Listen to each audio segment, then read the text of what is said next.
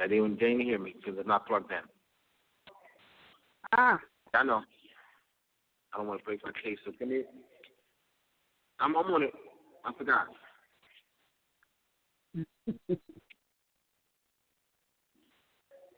All right, I got it. I just figured out the else. I took it off once. We're going to have to do a little bit. All right, let's.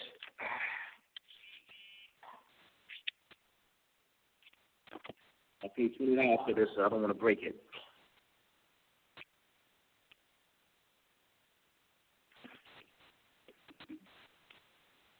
I need something. Keys or something. Keys. Okay.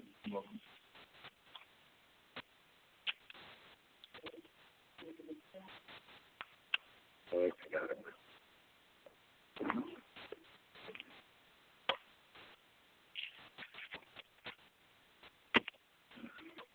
If I put the case on, it doesn't go into my, because it makes it higher, so it doesn't, this piece doesn't fit in.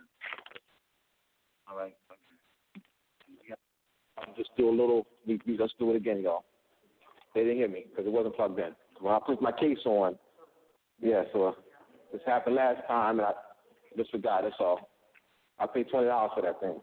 All right, here we go. All right, I'm connected now. It's already in. All right, so we have on the board. All right, we're going to do this again for those because they didn't hear me at all. All right, there's 2 questions on the board. First question: who do you think will be the next president of America? I need you to give me the same answers. All right, the same answers that you gave me initially. Let's go through the same thing again. All right, so that we can just for sake of discussion, you got to do this again. All right, who do you think will be the next president of America, Clinton or Trump? All right. Oh, okay. Right, sister said neither. All right, is someone else? Trump. All right. The Suki said Trump. Who else? Anyone else?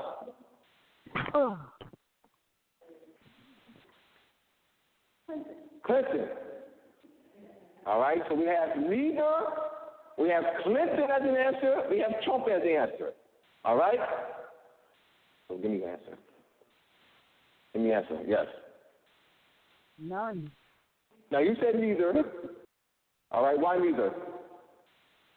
So they're not the president of America. All right.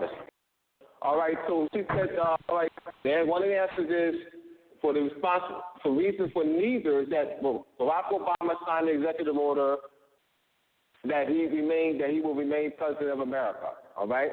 Yes. I say neither also. All right, why you say neither? Because there is no president of America. All right, the sister said neither because there is no president of America. Why is there no president of America? Because the last man America is a construct. in the United States as America is represented by many different nations. Yes, the landmass, that she said, is represented by America. The landmass of America is represented by many nations, or it extends. All right, extends geographically to North America, Central America, South America, and the adjoining islands. There are 36 nation states. There are 36 American. The adjoining. I'm sorry. The adjoining islands called Americana. So the landmass of America constitutes North America, South America, Central America, and the adjoining islands. We've been conditioned to only refer to the landmass falsely known to the world as the United States, U.S., U.S. USA, United States of America, as America. So much so that our brothers and sisters in the American in the various American states, i.e. Haiti, El Salvador, Jamaica, Costa Rica, Trinidad and Tobago, Guyana, Grenadines, Suriname, Mexico, Paraguay, Uruguay, Argentina, Honduras, and etc. do not refer to themselves as Americans, nor do they refer to as their republic or state as an American state. There's an organization called the Organization of American States. The Organization of the American States, OAS, El Salvador, Costa Rica, Panama, Grenada, Grenadines, Dominica, Argentina, El Salvador, St. Thomas, St. Neves, Antigua and Barbuda, Honduras, Colombia are members of the Organization of American States. North Carolina, South Carolina, New York, Georgia, Connecticut, Florida, Pennsylvania, California, Ohio are not members of the Organization of American States. They're not members of the organization. They would say, why? Because they're not American states. All right, so their office does not exist. So Barack Obama is not president of America. Why? The office does not exist. No one. That's right. There's no natural person who is president of America. Why? Because the office doesn't exist.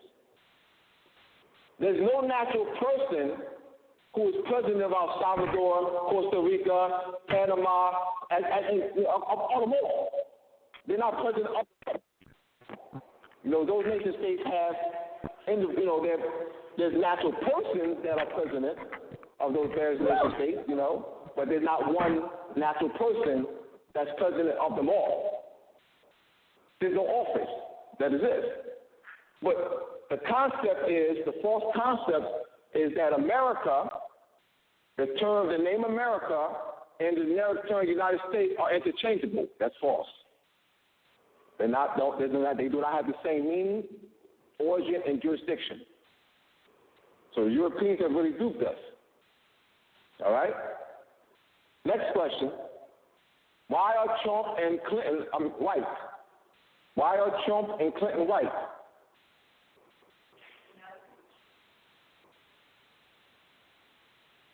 Trump and Clinton are not white. Why are Trump and Clinton not white?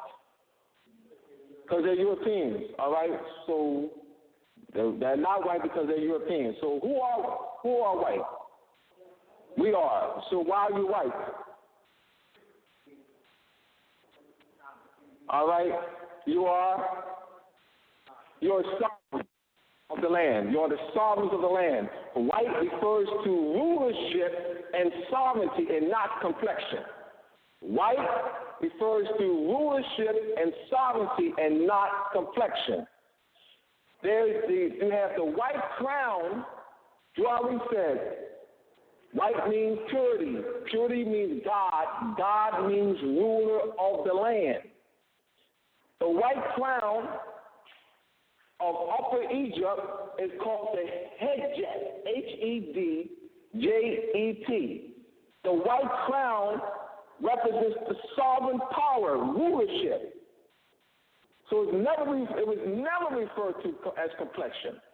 The Europeans are covering this up and indoctrinating you through social engineering methods that white refers to complexion. So this is why we refer to George Bush, Al Gore, Donald Trump, Hillary Clinton, and the gang as white people. But they're not. They're not the sovereigns. So you have people in the so-called black conscious movement are going around saying that Moor is saying that white, means superiority. White means sovereign. White means rule of the land. It does. But it doesn't refer to complexion.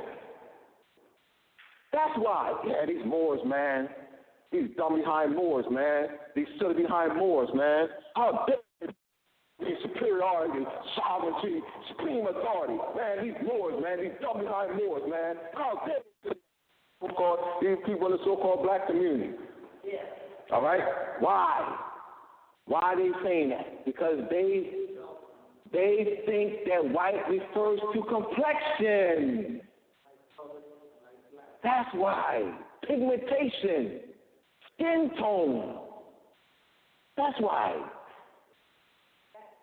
So they don't know to rulership and sovereignty.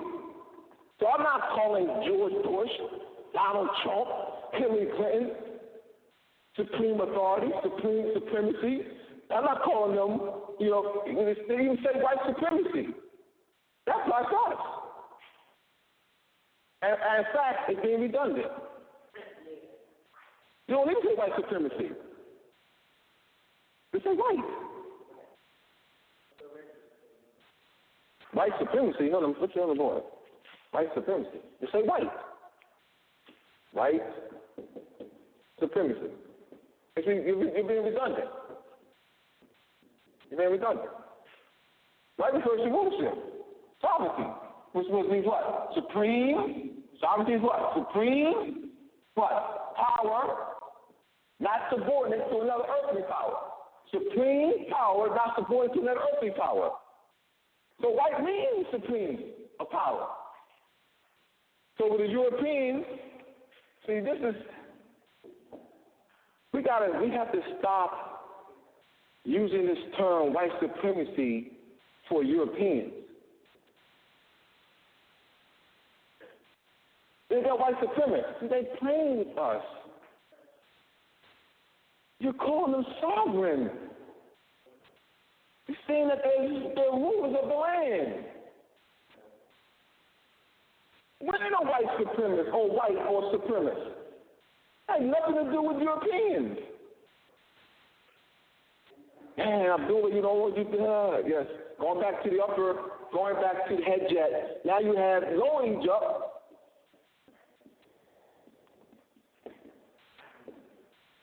The red crown, Deshret, Deshret,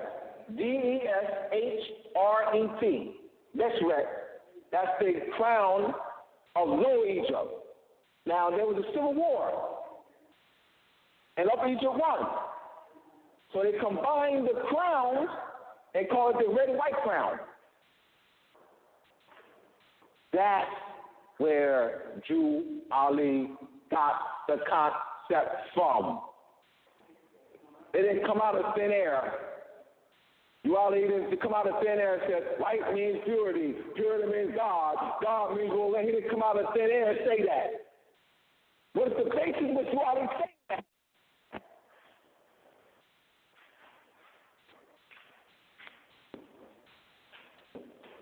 So the Europeans are wearing your white crown. They're wearing your white crown. They're wearing, and you said they're white. And you said white Americans. Wow. Yeah, Donald Trump is a white American. Now, what are you saying? You're saying that Donald Trump is sovereign to the land and aboriginal. He's aboriginal, indigenous, natural, native land, and sovereign. You're saying that Donald Trump is. Now, of course, they're not going to tell you that. They're going to allow you to continue calling them white Americans. It's not to their benefit to tell you this. What I'm telling you right here. They want you to continue calling them white Americans. They want you to continue calling them white Americans. And guess what? They're not white Americans, but they sure act like it. Are they acting like it? Are they acting like white Americans? They take your place, right? So they act like white. I didn't say they are white. I said they're acting like white Americans. I mean, they act sovereignty. They control. They occupy your land. They're running our Moorish government in the trusteeship capacity. And they got the native, indigenous, aboriginal, original people of the land calling them white Americans. millions of the native, aboriginal, indigenous, original people land, right? Including what? Haiti, El Salvador, Costa Rica, Colombia, Cuba, Dominica, Guyana, Grenadine, Suriname, Costa Rica, Argentina, Honduras. So millions of Africans are the descendants of European settlers of English, Irish, French, Dutch, Russian, Welsh, Scottish, and Irish descent. White Americans. I gotta give it to the Europeans. I gotta give it to the Europeans. All right, we're gonna get into that. That's the next class. See, how does this happen? That's the next class. All right, this is just a warm up. All right, this is called a thought-provoking exercise. Yes. All right. Well, you have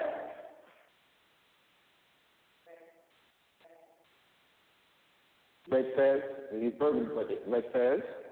You also have different color sets, but the red and white is just with red, and this is white. And it predominantly, the Europeans, the Shriners, wear what? The red fez. Not green. You know, you have some that have the black too. All right, but then you see in parades they'll have the red fez on. You know, some will have black on as well. All right, but most of them will have the red fez. All right, any other questions? Criticisms? I don't know what I'm talking about. I'm an idiot. Whatever y'all want to say. I still love you. All right.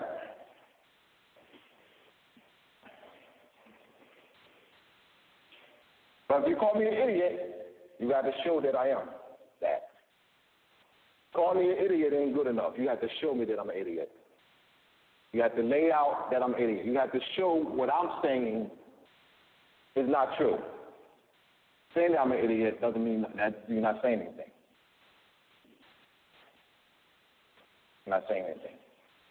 Saying I don't know what I'm talking about, that's not refuting. You're not refuting me by saying that. You have to show where my claims are erroneous. All right? But saying I don't know what I'm talking about means that's not saying anything. Because anybody can say that. You have to show that I don't know what I'm talking about. So, of course, I'm going to have people from this quote-unquote black conscious movement, all right, launching these verbal attacks. What do you mean? Abdullah, you stupid fool. What do you mean that we didn't come on those slave ships? What do you mean? You know what I mean? What do you mean we didn't come on those slave ships? The book is bogus. You don't know what you're talking about, Abdullah. What do you mean? Because I'm going to get that emotional outcry. All right? Church outcry. All right? Now, let's get right into it. The Moors, there's a book called Discovery of America. Give you a list of books. Discovery of America, an outcry, an outgrowth of the conquest of the Moors. Discovery of America, author unknown. Author unknown. Discovery of America, an outgrowth of the conquest of the Moors. Another book, The History of the Moorish Empire in Europe. The History of the Moorish Empire in Europe by S.T. Scott, volumes 1, 2, and 3. All right, The History of the Moorish Empire in Europe by S.T. Scott, volumes 1, 2, and 3. There's another book. I'm going to have this written down because I type this out.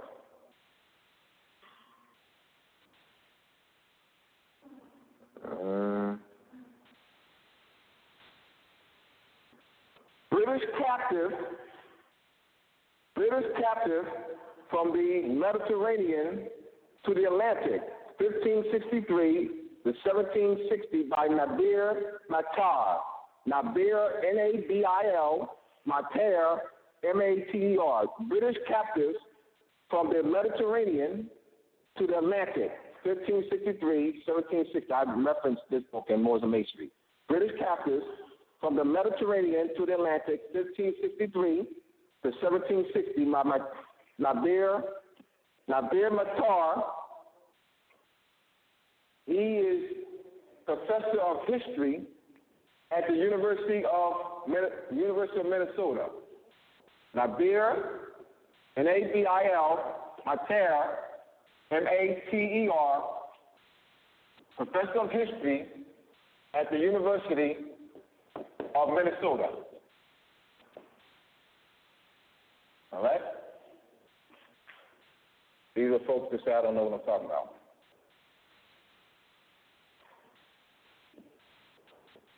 This is in Moors and Masonry, y'all, in the book that's coming out. The book, by the way, will be 50 notes for the book, 50 notes for the book.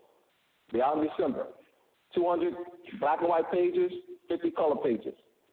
I'll have the pictures of the Shrines Parade, pictures that will be in color, pictures from George Washington Smithsonian National Museum will be in color. I'll have graphics, a picture of the graphics of the Moorish fairs, Star Spangled Banner will be in color. All right, so 200 black and white, 50 color pages, $50 for the book. All right, have it about the second week of December. All right, you want to pass this around? Let me read the topic. Book is titled Moors and Masonry. There's 4 book topics these are some of the topics that I address in the book. The Moorish enslavement and the ransoming of Europeans during the 1500s, 1600s, and 1700s. Re-examining the transatlantic slave trade story. The federal government and the Imperial Divan restored to the Moors. Restoring the Moorish hereditary birthright title, noble, to the Moors. Restoring the Moorish sovereign titles, imperial potentate, royal monarch, sovereign grand commander, and illustrious to the Moors. These are some of the issues that I address, all right, and make clear in the book, all right? And I'll do some of that tonight. I'll pass this around, all right? So we have Linda Colley,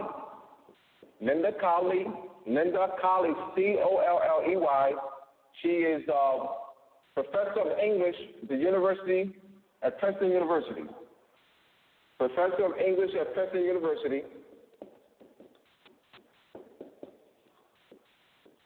I have these in it. She used to teach at Yale in the 70s. She taught at Yale University in the 70s. While teaching at Yale University, she was under verbal attack, under pressure by her European male co-workers. Linda Colley's specialty is what they call European slave narratives.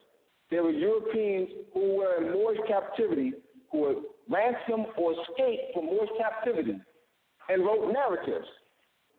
You've never heard this before, huh? You hear the other way. You hear the other side. I hear, you hear the black people, they escaped and, and they wrote slavery and everything. You heard that before, right? Oh, you never hear it. See? Yeah. See? All right, continue. So you have in the colony, James Brodman, B-R-O-D-A-M, James Brodman, University of Central Arkansas, professor of history, University of Central Arkansas. Now, he specializes in captivity and ransoming and captivity of Al-Andalusia, they call Spain, in the 1100s, 900s, 1000, A.D. 1100. All right, there were two orders. One called the Mercedarian, Mercedarian, Mercedrian,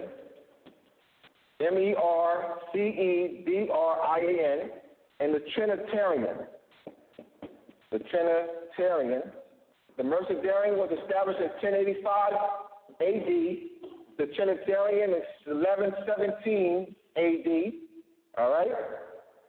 These were orders, religious orders that were established for the sole purpose of getting Europeans out of collecting the ransom money to pay for the release of Europeans held in Moorish captivity. We talk about in Al-Andalusia, all right, modern-day Spain. I said the book titled by T.S. Scott, The History of the Moorish Empire in Europe. We're talking about world dominance.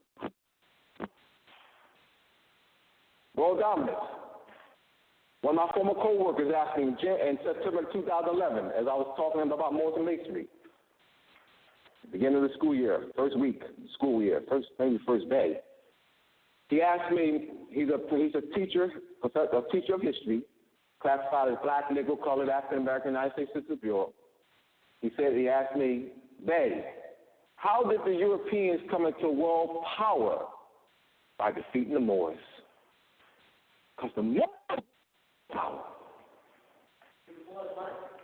The Moors were in world power. Not just in our Andalusia. Southern Spain, Germany, France. We were in world power. Cordoba, 17 libraries in Cordoba. One library in Cordoba, Corvova. In fact, there's a restaurant called what? Start with a Q, right? Cordoba, the restaurant that sells tacos. There you go. So it goes to the Arabic, the Q. Right. That library housed 600,000 books. We built a paper factory. They were books that were translated from Arabic, medical books, chemistry books, math books, that was translated from Arabic into Latin. We brought Latin to Europe. The Romans called that area in the Iberian Peninsula Hispania.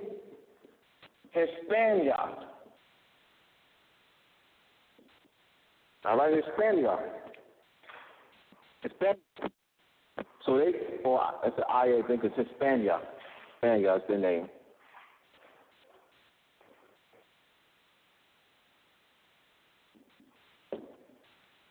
Now the area. Now let's go back to Hannibal. Hannibal and the Carthaginians.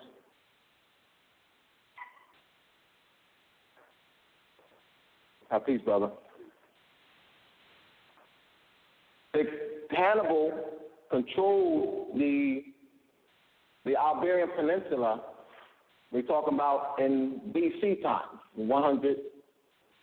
The Punic Wars. The Punic Wars appeared from 125 BC to 332 BC.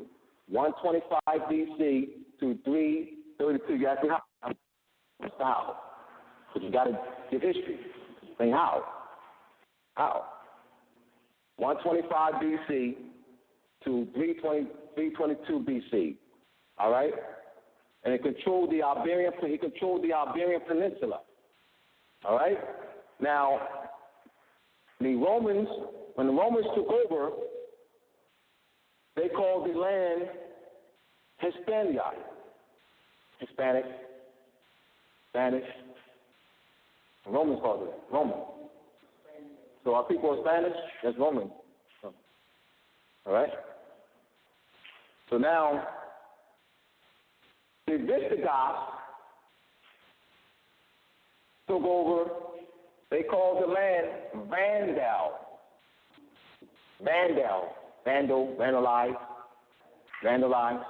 Vandal, all right? V-A-N-D-A-L. When the Moors took over, we dropped the V and called it what? Al-Andalus. There you go. So when Queen Isabella and King Ferdinand defeated us in the last stronghold, 1492, they merged their kingdom. When they got married in 1467, Queen Isabella of Castile and King Ferdinand Aragon got married in 1467, merged their kingdom, right, and called it what? Spain. They went back to what? And what the Romans called it. They went back to what the Romans call it. You say, how do we get into this, right? That is history. All right? With what? All right, I'll get into that. There are 4,000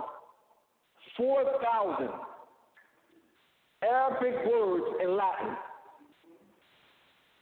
4,000 Arabic words in Latin. So you have also words that were transliterated from Greek into Latin, from Egyptian into Greek into Latin. But also there's words that were transliterated from Arabic into Latin, i.e. Cordova. What the rest of us with what? Start with a Q.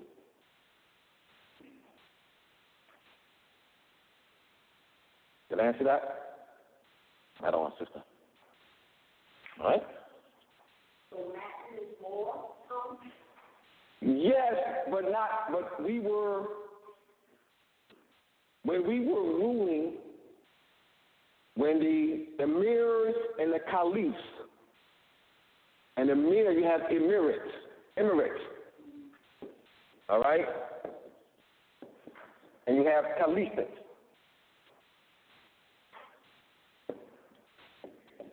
Caliphate and emirate. An emir is the head of an emirate. A caliph is the head of a caliphate. All right, so we have the Moorish dynasty, the Umayyad, you have the Almohads, the Almoravids.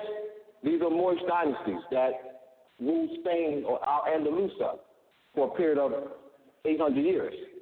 Right. During which time we were speaking Arabic. There are Arabics writing on the walls. In Alhambra, Cordova, Toledo, Seville, and it was the Europeans who translated Arabic medical books, chemistry books, architecture books from Arabic into Latin. So did the Moors speak Latin? Yes. What happened? 1567, Philip II issued a bulla putting Moors under Spanish rule. Moors were forbidden. Moors were classified as Spanish. They were forbidden to speak what? Their native tongue, Arabic. And Latin. They were forbidden to speak Arabic. Were forbidden to wear their headdress. Were forbidden to use daily nails. Were forbidden to wear scars.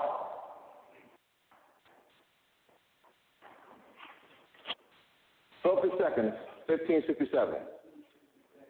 In 1610, 300,000 was brought from Spain. In 1610, 300,000 Moors were expelled from Spain. So you're talking about tremendous wealth, tremendous power. The Moors ruled the world. How could the coming to work today? Eating the Moors.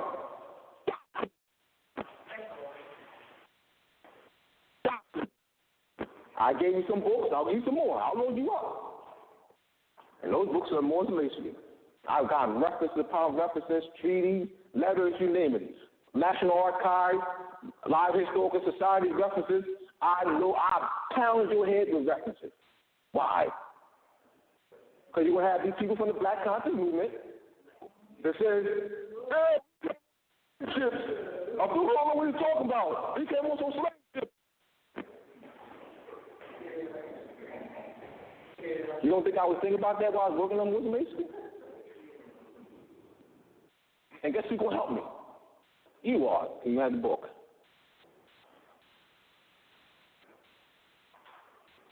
You don't think I was thinking about that?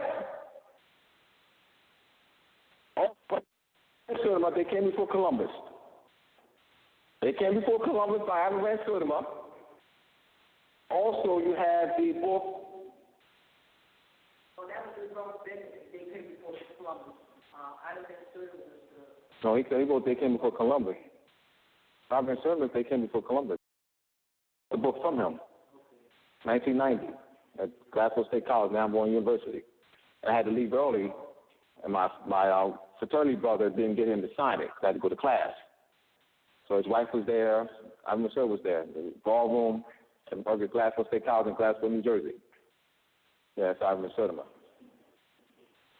You have the ancient,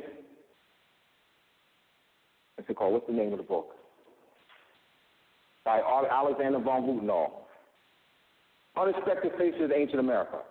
Unexpected Faces in Ancient America by Alexander von Rutenau. You go to my website, moorishcivilletter.net. That's MOORishcivilletter.net. Say it again.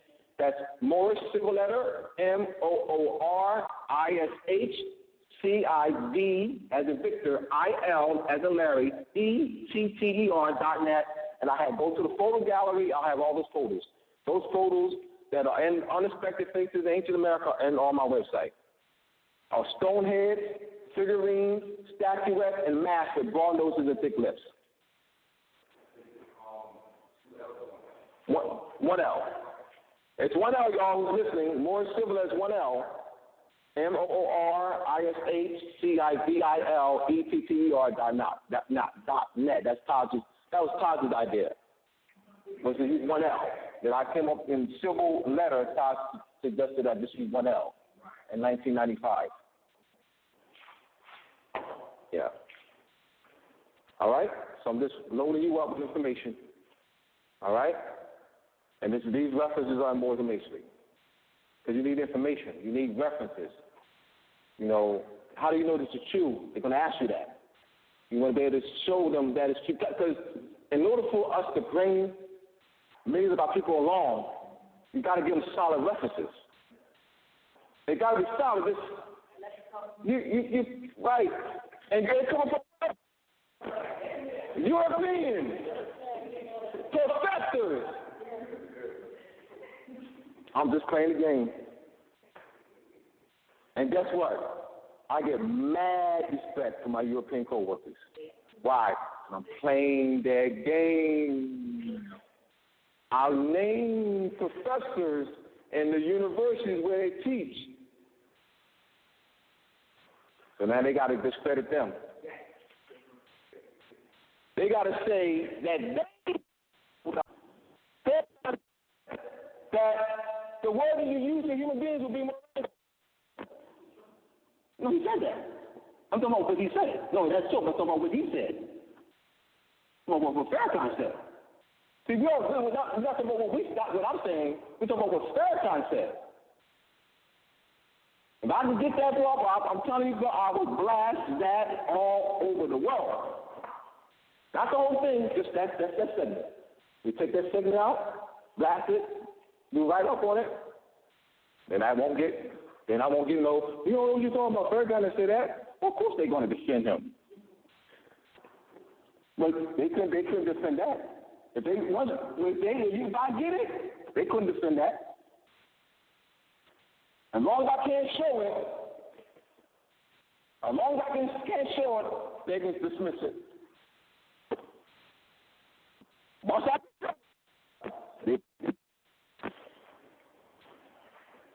all right, so we move right along. All right? They don't explain if it's not true.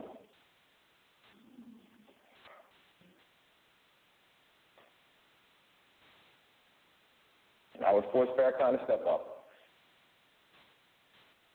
These are his words, not RVBey. What it is that it wasn't emphasized on the course of the lecture. It was just, remember, it's to let us make man. He just snuck it in. And he said, well, these are black people. He said, black. That's the lecture. That's black. So people who heard it, he already knew it was going to go over the head anyway. And I wish there was YouTube back then, and Twitter, and because I wish there was YouTube and Twitter and Facebook and MySpace and whatever, because we would have done it then. Huh? Damn right. All right. Questions?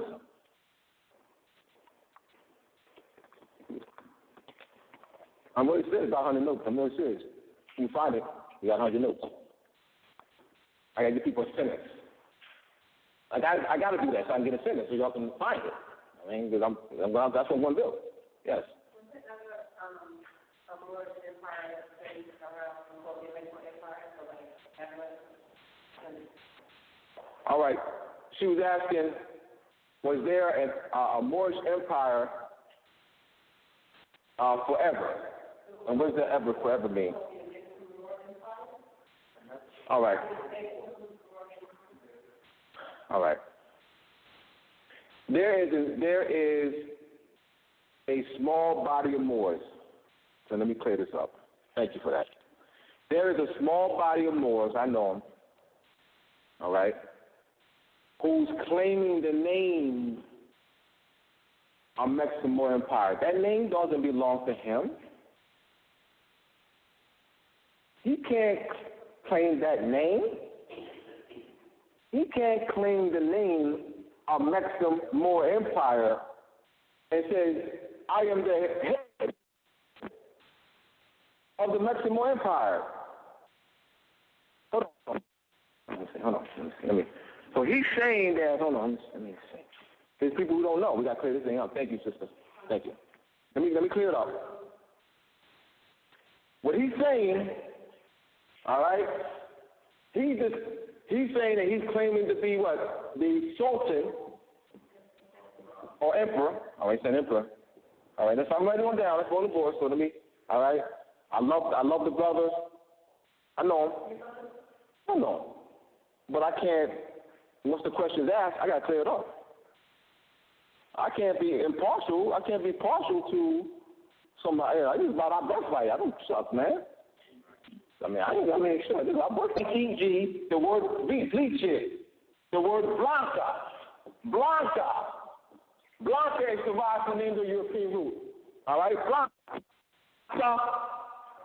Translated. House of White House. Thank you. All right? So you have bleach, Blanca, all derived from the Indo-European root. Bleach, blank, and Blanca are derived from the same family. All derived from the Indo-European root, Bleg, D-H-L-E-G. Look it up. Well, you know I did. All right? That's for those quote-unquote black conscious folks. All right? Now, That's for the quote-unquote black conscious folks. Now, Farrakhan, you have the Negro, Spanish, all right? In Spanish, Negro refers to things. Negro refers to things. What is the word that refers to human beings in Spanish? What is the word that refers to human beings? Mortal.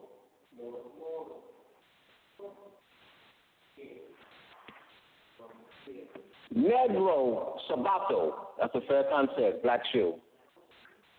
I would give somebody 100 notes. I would give someone 100 notes if they can find the DVD, can find the lecture that Farrakhan did in July of 1995 in Columbus, Ohio. Farrakhan was in Columbus, Ohio, July of 1995. Farrakhan said then, that's the Let Us Make Man tour. Remember the Let Us Make Man? Stop the Violence. And we did that whole year tour, Let Us Make Man, Stop the Violence. That was part of the tour, Columbus, Ohio. So that was what, 3 months before this launch. Farrakhan said, right, during the course of the lecture, he just snuck it in. And Farrakhan said that when you're talking about, he said, Negro Sabato, black shoe. All right, that's if you're using to describe things. All right, it's Negro Sabato. But if you talk about human beings, use another name, Morenos. Brothers from the Nation of Islam swear. Never said that. 100 notes. 100 notes. You can find that I will flash that all over the world. You give out 100 notes. July 1995, Columbus, Ohio. Todd and I watched that section 10 times. We spoke about it for 8 months. Yes, you got it. You got it. You found it. You got to show me the section. All right. Got to show me the section. All right. And I'll take your name down. I'll give you 100 notes. Give me the section. Let's watch it.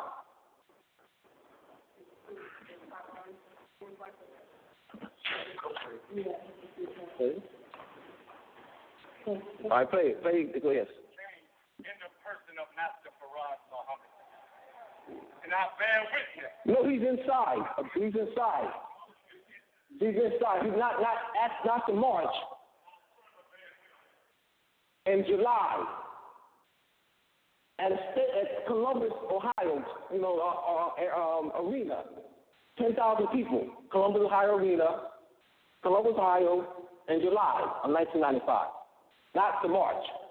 It was the Let Us Make Man tour, Stop the Violence tour. Remember, going all over the country. All right, Let Us Make Man, Stop the Violence, lead up to the march. That's when he said it. Todd and I watched that section 10 times, and we talked about it for 8 months. And they swear I'm making it up. No, it's the tape. It's the DVD. I haven't been able to find it. It's the DVD. It's a lecture. Yeah, just had to find a lecture that he did. It's like July 9th. I'm narrowing them up now. He did one lecture. He only did one lecture in Columbus, Ohio. Remember, he's going all over the country. Farrakhan started the tour in 1994. He started Let Us Make Man, Stop the Violence, leading up to the Million Man March in 1994. He only did one lecture in Columbus, Ohio, because he was going all over the country. So it's only one lecture in Columbus, Ohio, in front of 10,000 people. There's only one. So it's not, I'm telling you what, Columbus, Ohio, 1995. I'm narrowing down the location, the month, and the year, because he only did one. He only did one in Columbus, Ohio. All right? So you find it, I get your name, you get 100 notes. I will blast that all over the world. Farrakhan knows. But they swear up and down, they even say that. All right? So Negro is not used for human beings. Negro is used for inanimate objects. And Farrakhan even said that Negro is used for inanimate objects. But if you talk about human beings, you use another name. Moreno. And he swear up and down, he never said that. I can say Farrakhan's name, he's a public figure. It's only slander if it's not true. It's only slander if it's not true. If it's not true, it's slander. The evidence is what? The lecture. That's the evidence. I'm giving you where to find it. It's the month and the year. That's the evidence. Farrakhan said that. 1995, at Columbus, Ohio. The lecture he did in Columbus, Ohio in 1995, leading up to the Million Man March. I remember very well because, like I said, that was a big discussion around table for 8 months. Big discussion. Right? Man, I wish I had it, man. Because I'm going to blast that thing all over YouTube, Facebook, and then you name it. All I need is that clip, and I'll do a little write-up on it. Like I'll do like what Farrakhan said. Like, Farrakhan said that we're Moors. Like you do, I will post it. And I'll say Farrakhan said that we're Moors. Farrakhan said that people classified as black are Moors. Like that'd be like I'll do a write up. And then write what he said. All right, so they can have it. They can see it in print, and also they can also hear it. That's how you do that. Farrakhan said it with Moors. So-called black people are Moors. That'll be my folks. Farrakhan said that so-called black people are Moors.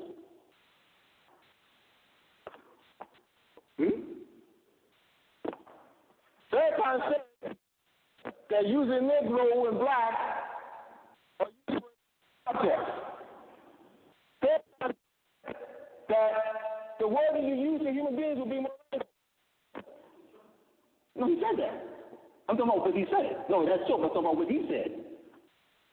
No, what Farrakhan said. See, we're not talking about what I'm saying. We're talking about what Farrakhan said. If I can get that off, I'm telling you, I will blast that all over the world. Not the whole thing, just that segment. We take that segment out, blast it, do right up on it, then I won't get you know what you're talking about, Farrakhan to say that? Well, of course they're going to defend him. But they couldn't defend that. If I get it, they couldn't defend that. As long as I can't show it, they can dismiss it. Once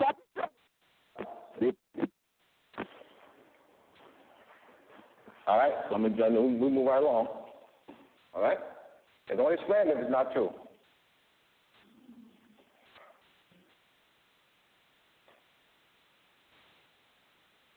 I would force Farrakhan to step up. These are his words, not RVBey. What it is that it wasn't emphasized on the course of the lecture. It was just, remember, it's a let us make man. And he just snuck it in. And he said, well, these are black people. That black. That's the lecture. That's black. So people who heard it, he already knew it was going to go over the head anyway. And I wish there was YouTube back then, and Twitter, and because I wish there was YouTube and Twitter and Facebook and MySpace or whatever, because we would have done it then. Huh? Damn right. All right. Questions?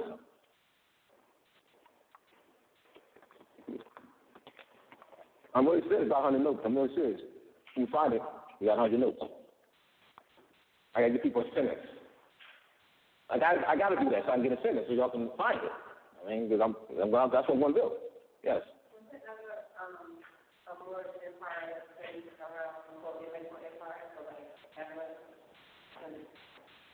All right. She was asking, was there a Moorish empire forever? And what does that ever forever mean? All right. All right.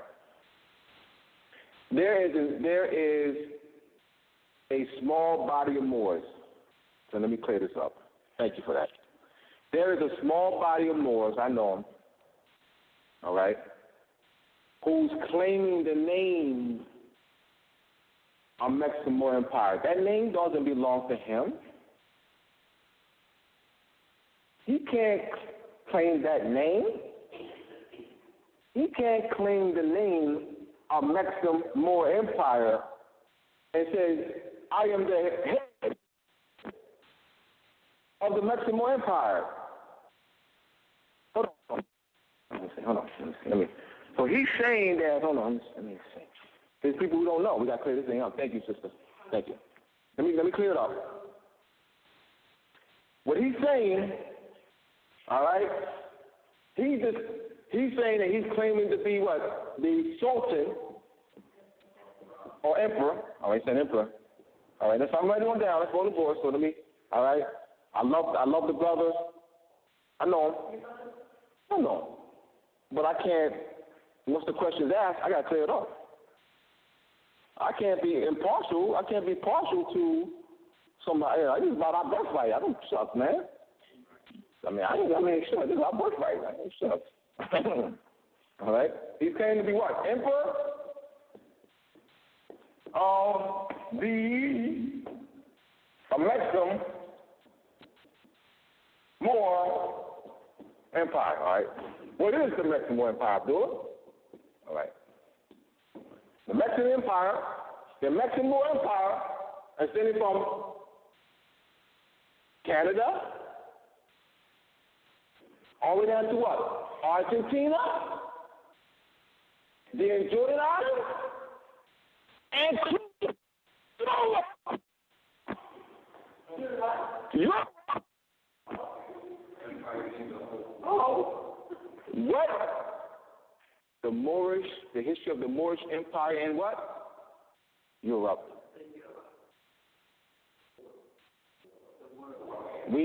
So he's claiming to be what? The emperor of the Amexem Moor Empire.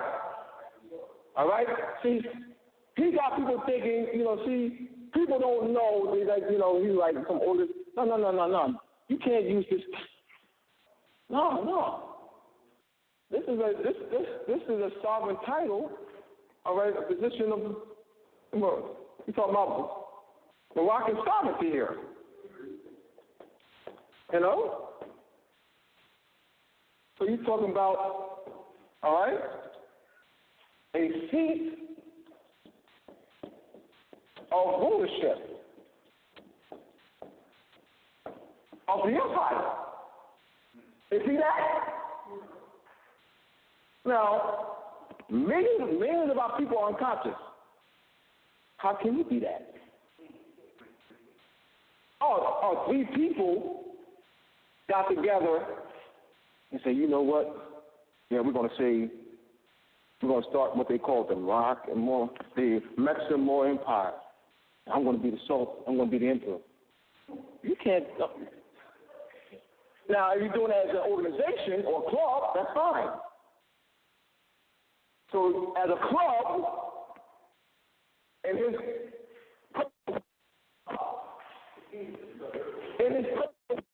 organization, he's that.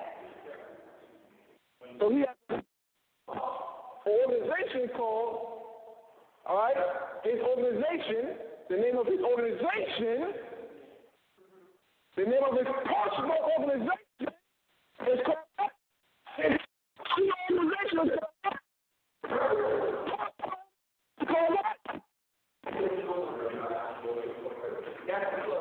what? But you said, in its true sense, what he should be talking.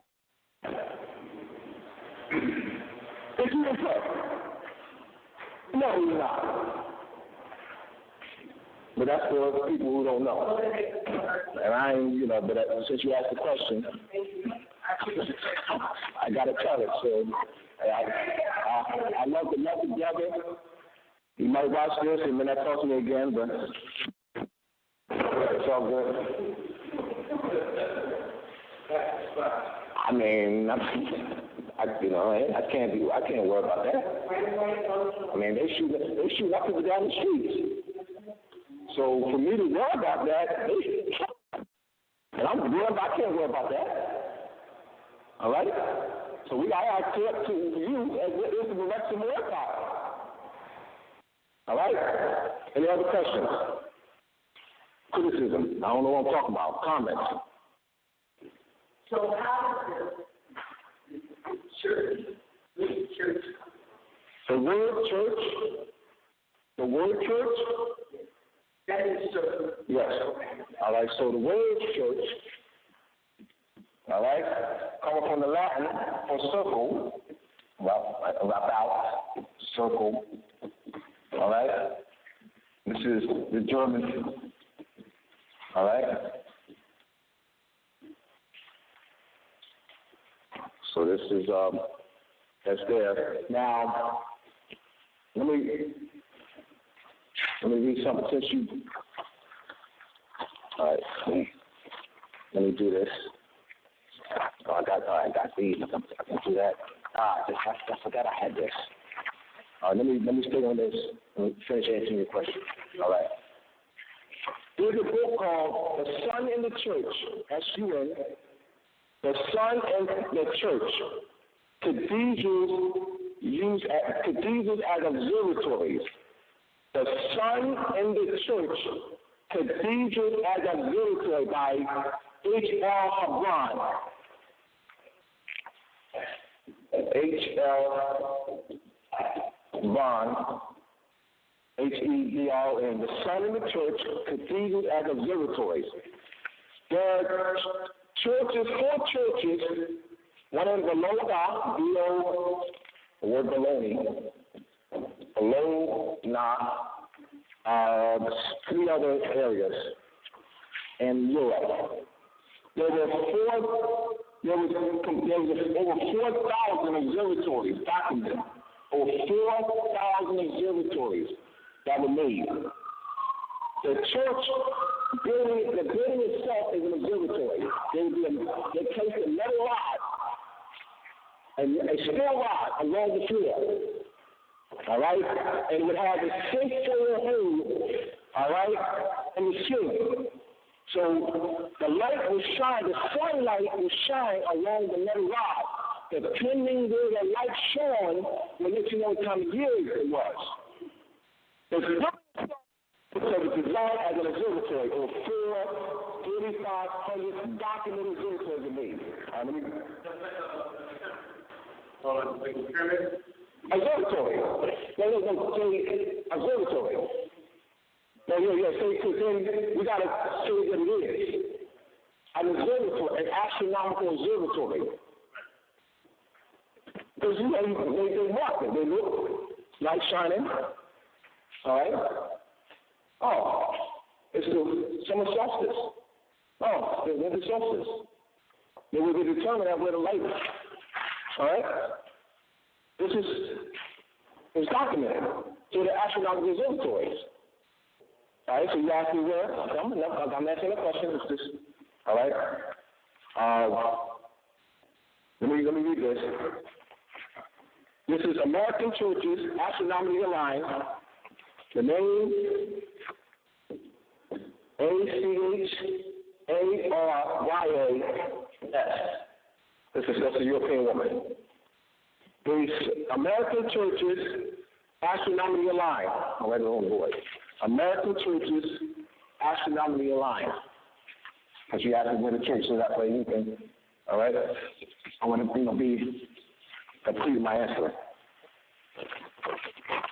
American, but you already know they just referring to what they for. She's only referring to the churches that are in what they call the United States. Because, American Church, that would be El Salvador, Costa Rica, right? Because she's using it in a limited geographical sense. All right? American churches, astronomically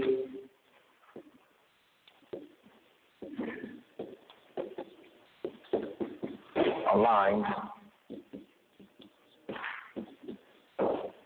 and this is her name.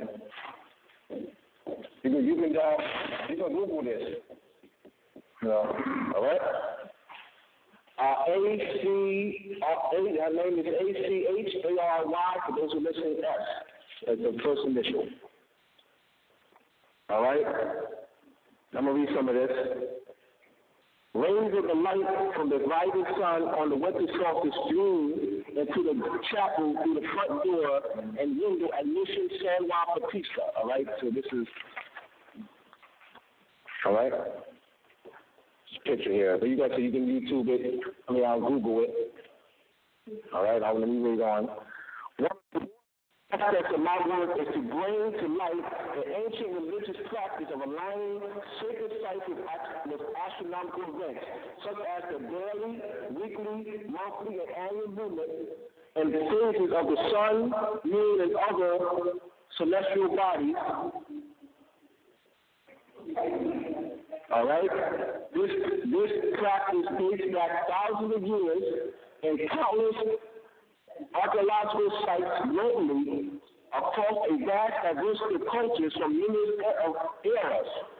Astronomically aligned sacred sites can be found in so-called pagan sites as well as those of the Abrahamic religions, including Judaism, Christianity, and Islam. The combination of the astronomical alignments with sacred sites is expressed in what is called astrobiology, which is most apparent in the midst of various cultures who built these monuments. In the following news items appear yet more examples of these age-old traditions as found within Christianity in particular. The fact that winter solstice alignments, for instance, are discovered at Christian sites reflects that their architects and builders were well aware of the significance of that date. Originally, the birth of the year's new sun was observed over 1,700 years as Christmas or the purported birth of Jesus Christ. It is clear that in marking this day and celebrating this holiday, Christians were merely latching onto a very ancient astrobiological practice shared by numerous cultures worldwide. I'm going to break down the word Christian and let you know that you're Christians. I want to show you that you're Christians. And I'm going to show you that you're Christians and show you that George Bush, Al Gore, Hillary Clinton, Donald Trump, anything or not. That they can't be. That it can't be. All right? In addition, in some instances, the summer solstice rising sun illuminates a statue of other image or representation of John the Baptist, which is fitting since John's birthday has traditionally been placed at that time a reflection of this moon as the summer-winter sun. At this point, he is placed by Christ as the winter to summer sun. This tradition is reflected in the emblematic biblical scripture at John 3:30, chapter 3, verse 30. He must increase, but I must decrease. He must increase, but I must decrease. All right? Let me explain that. He must increase, but I must decrease. Let me explain that. I'm going to, for those who are listening, I'm going to draw it out in the position of the sun and three positions in relationship to the house. All right? So we're going to look, here's the house here. All right? I'm going to draw the sun at its highest point. The summer solstice sun. Summer solstice. Sun. Solstice. Sol means sun in Latin. Stand. All right? This is June 21st in the Northern Hemisphere. All right? Where the sun at a minute level, referring to the morning equinox,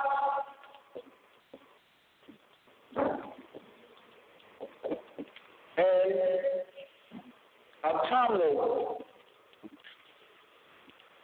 equinox.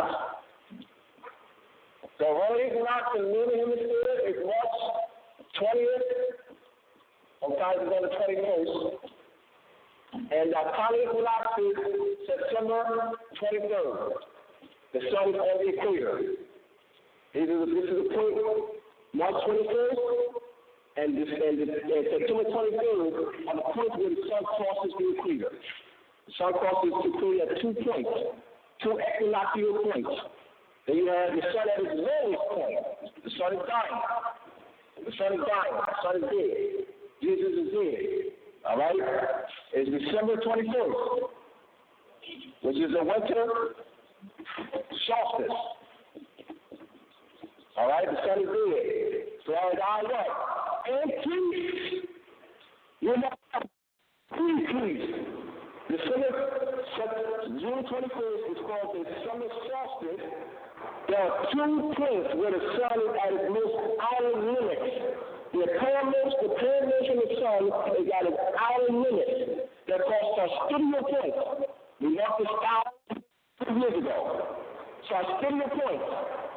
The sun is at its highest point of elevation in the northern hemisphere on June 21st. All right? It hovers for 3 days. All right? The Masons, June 24th, they call St. John the Baptist, or they just call the Festival of St. John. They call St. John the Baptist Day, or the Festival of St. John. The Festival of St. John is celebrated all over the world. This is the foremost Masonic celebration worldwide. St. John the Baptist, the Festival of St. John, June 24th. June 21st is the summer solstice. The sun is at its highest point of elevation.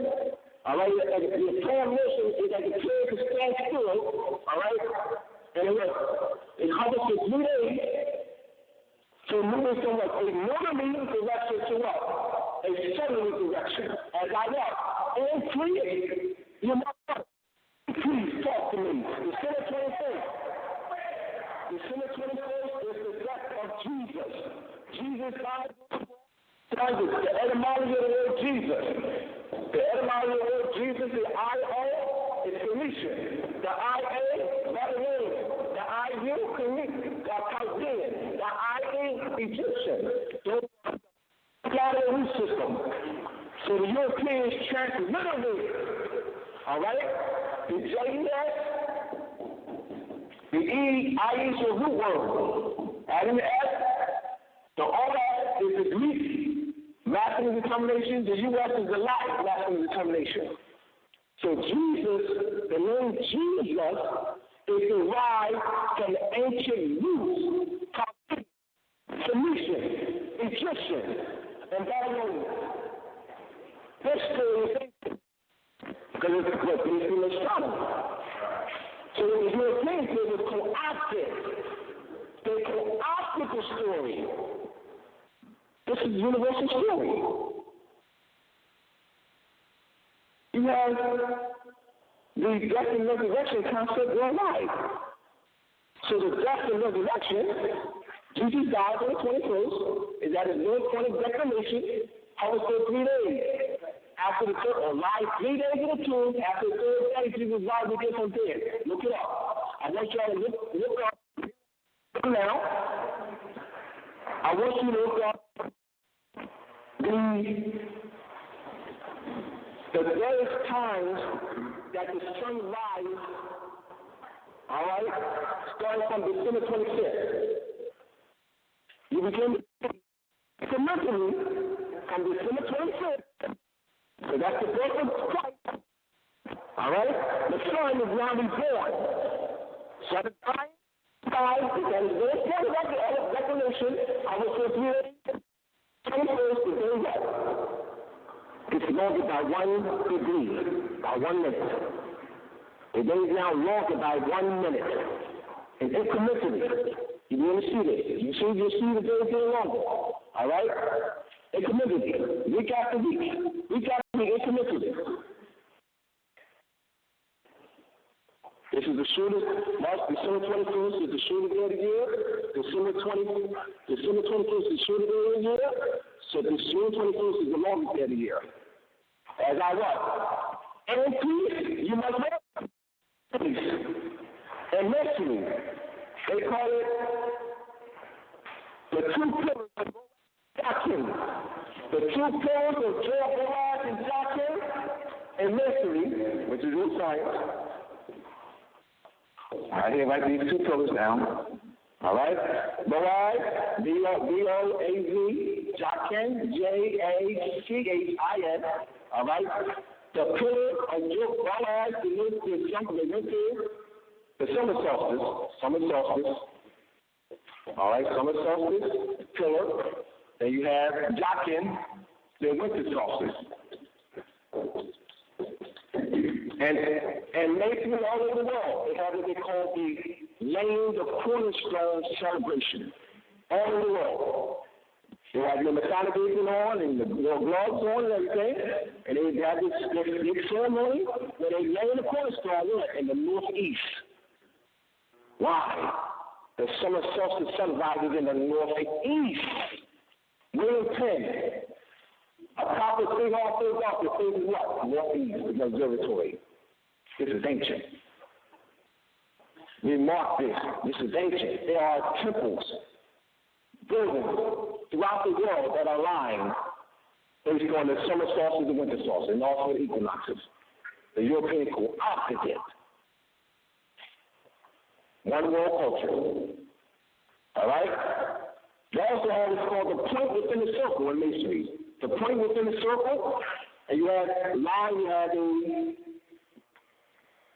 a perpendicular line, two perpendicular lines, all right?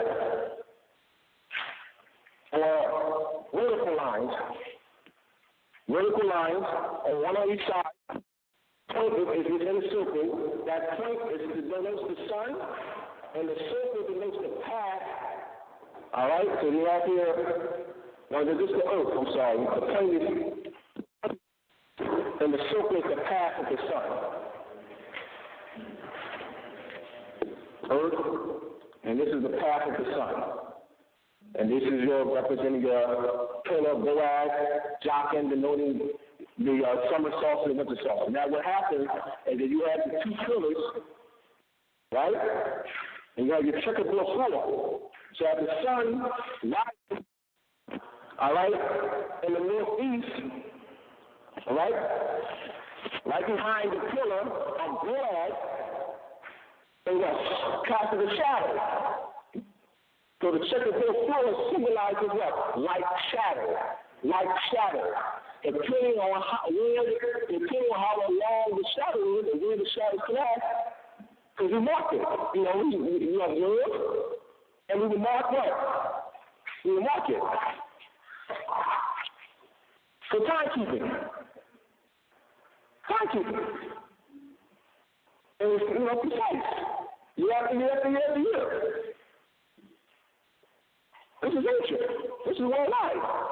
Stonehenge, does this, marks the summer solstice and winter solstice.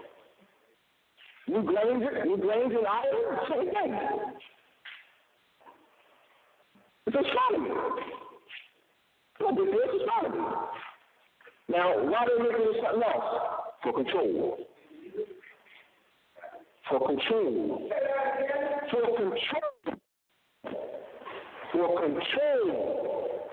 So they got the brothers and sisters smoking in it, and they look into England, for the authority. They're the Grand Lodge. Did the Grand Lodge of Moor give you permission to put out the Masonic Gate? The brother asked. Did the Grand Lodge of England give you permission to put out the Masonic Gate? They looking. See? Smoke in the head. They don't know what masonry is. They think it's a club. They don't know that there's a civilization, calendar making, map making, navigating, surveying land, lining buildings astronomically. They have no clue there's that. They call it with the dew guards and the hailing signs and the grips and the allegories on, which is, they don't know the meaning of it. Passwords, clubbing, dancing, all right? Because, they have little fundraisers here and there and so forth, but they have no clue. They have no clue that's their birthright. They're dealing with their culture, time-keeping measure, no clue. And also they think it belongs to the Europeans. That they need permission from the Europeans to wear their Moorish flares. They need permission from the Europeans to wear their Moorish apron. They need permission from the Europeans to wear their Moorish glove. They need permission from the Europeans to use the top of the square. They need permission from the Europeans to use the tower. Well, that's tremendous power. That's tremendous power. And so you got the founders of civilization who are paying the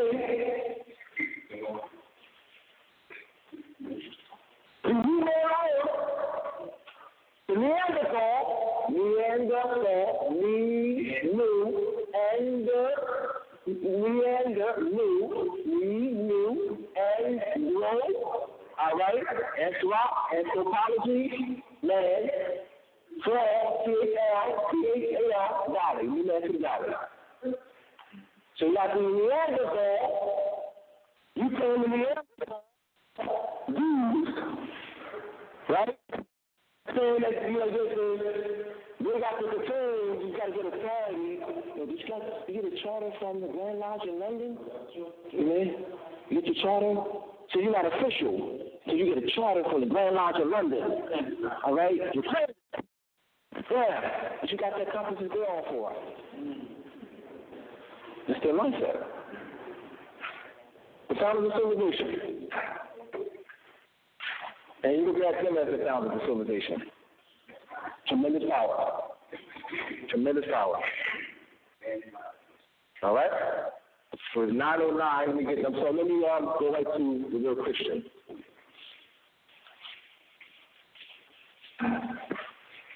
I don't have a ride down to Chinatown. I gotta go to the Chinatown to the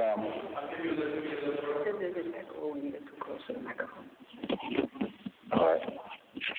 I'm too close to the microphone. I don't know how to change that. All right. Put it on my. All right.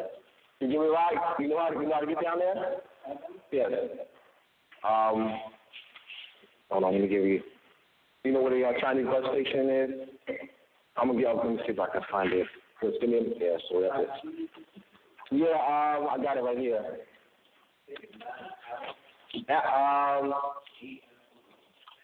Oh yeah, I got my ticket here. Yeah. My ticket. Just give me a minute here. Yeah, that's the address. Let's look at that. So you're not getting Chinatown, so you know how to get there. Yeah, once I get to Chinatown, then I can. Right.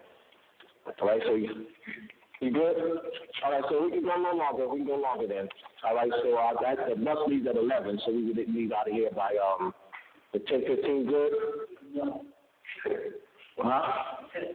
Oh, I said no. That's good. That's too late. 10 o'clock. 10 o'clock. All right. So you take a picture of that? Or, all right, then. All right. 10 o'clock. So 10 o'clock. All right. So I'll end at I'll end at quarter off.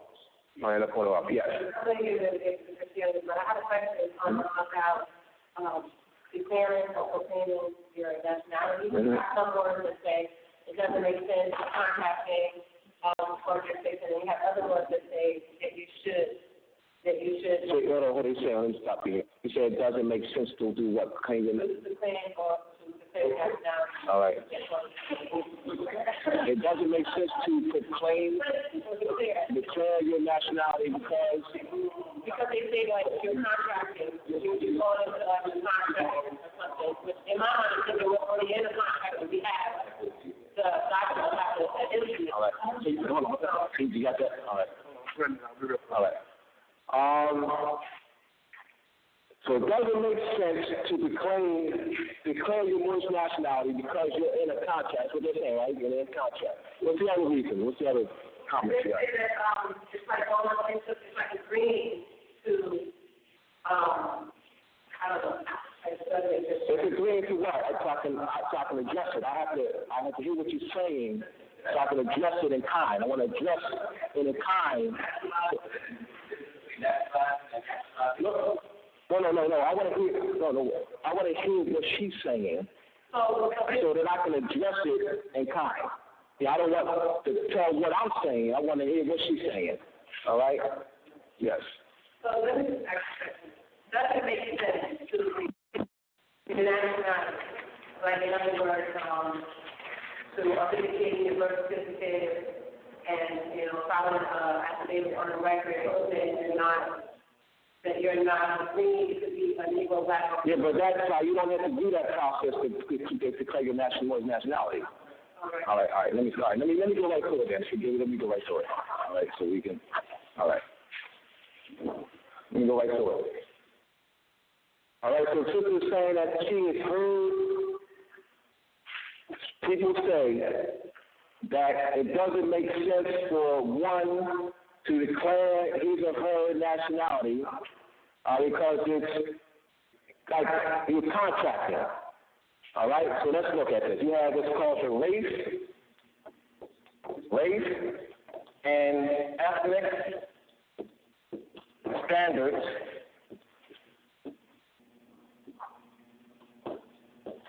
for federal statistics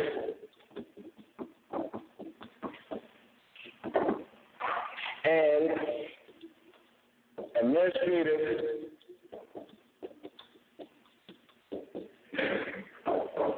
reporting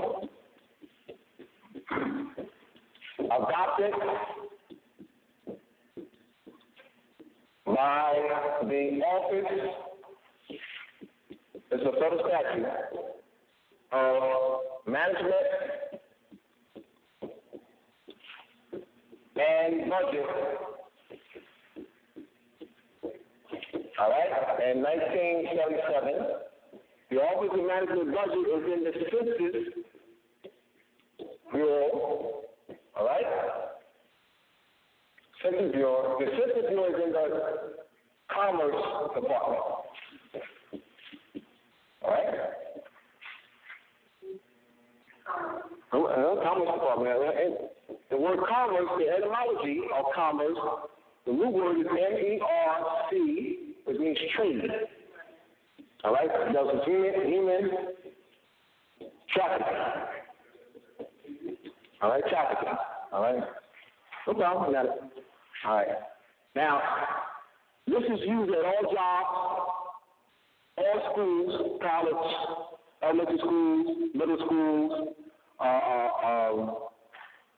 high schools, colleges, all jobs, recreation centers, hospitals, all right? Remember, all right? This is so you have the forms, all right? You got the white on it, / Caucasian, right? This is a white / Caucasian. On the form you have is black. All right, these are the classifications. These are the classifications.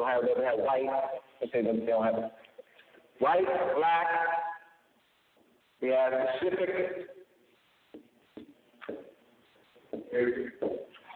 Islander, Asian / Pacific Islander, American Indian. This is what they call it.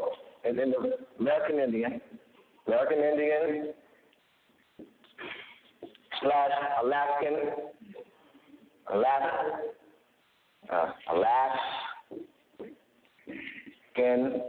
Native, right? They have Hispanic, right? So these are the 5 that's used in the census. Black, all right? And the racial ethnic standard, these are 5 that's used in the racial ethnic standard, social statistics, administrative reporting. Black, Pacific, Asian / Pacific Islander, American Indian, Alaskan Native, Hispanic. All right?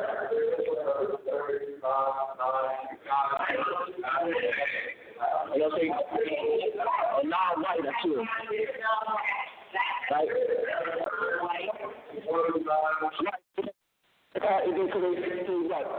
They modified in 1997 until my 1997.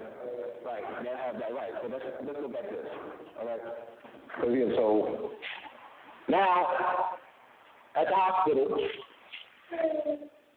all right, let's put color because older ones have color, Negro. All right, older one. So at the hospital, what? You checked off as this, right? At the schools, you checked off as what? Black. At the job, you check this off as what? Black, right? Hospitals, schools, recreation centers, right? You check the black off, right? This is basic standards. You already checked that off. So make sure you already classified as black. So somebody says what to you about nationality, you shouldn't declare so you already classified as that. Right. You classified as black already. So they tell you shouldn't declare your what? More nationality because I was contracted. All right. Once again, race and leper standards for federal statistics and administrative reporting adopted by the Office of Management and Budget in 1937. The Office of Management and Budget is under what? The Census Bureau. Census Bureau is there. Commerce is what? Which is what? So you're already.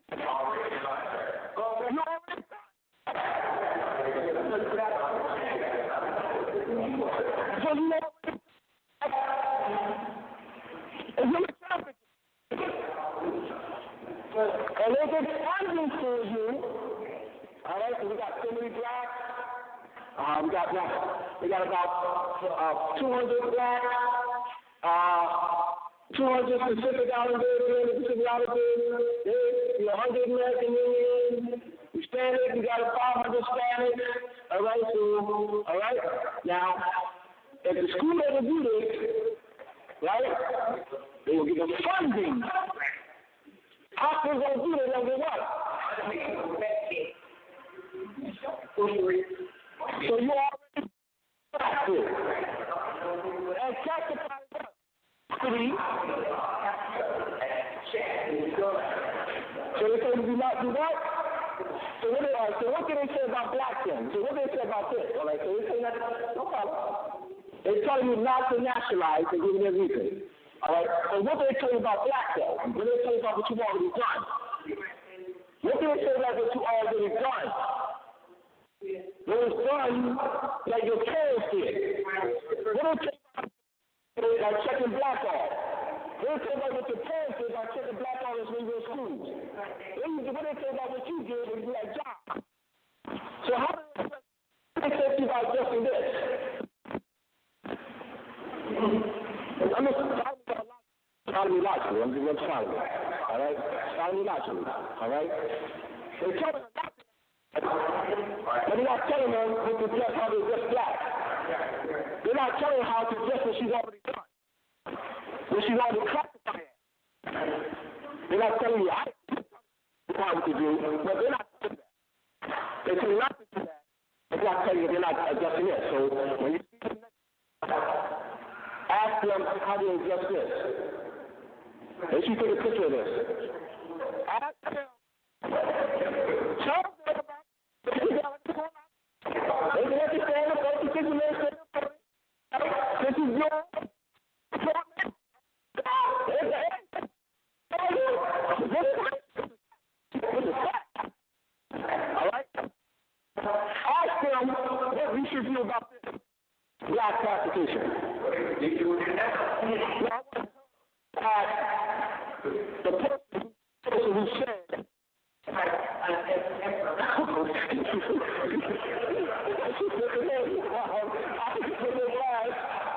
man, she put my man on blast. She put my man on blast, man. All right, so I need you to ask my man. Wow, she said it. You lie in the question, love. Hey. She said, my man, ask my man what you should do. Contact. He doesn't, he's like, oh, we don't do the paperwork, Now, we don't do the paperwork while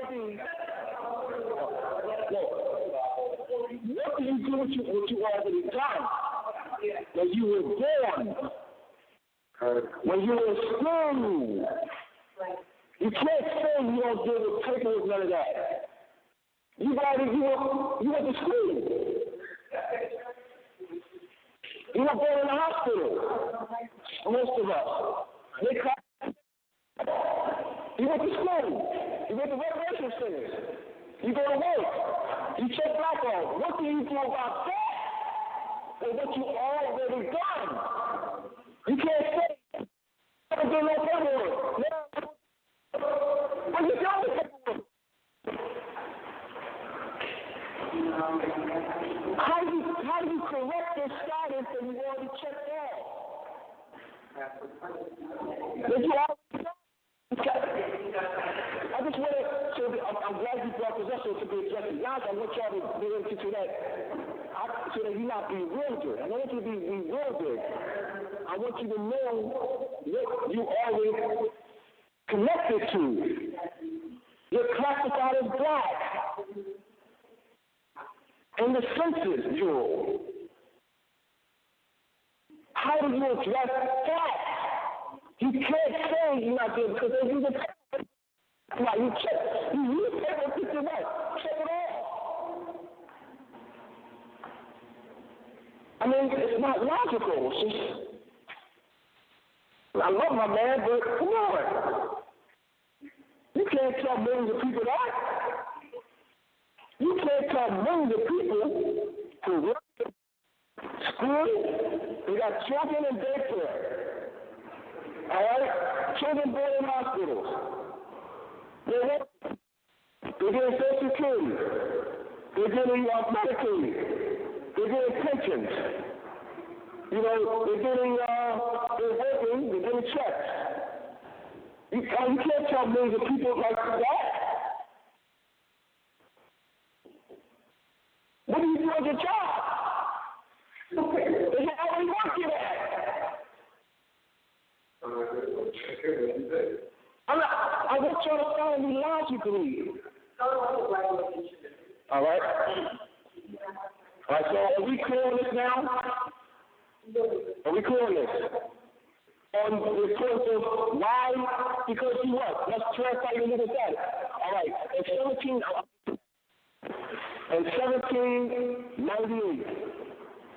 1790, 8 Moors.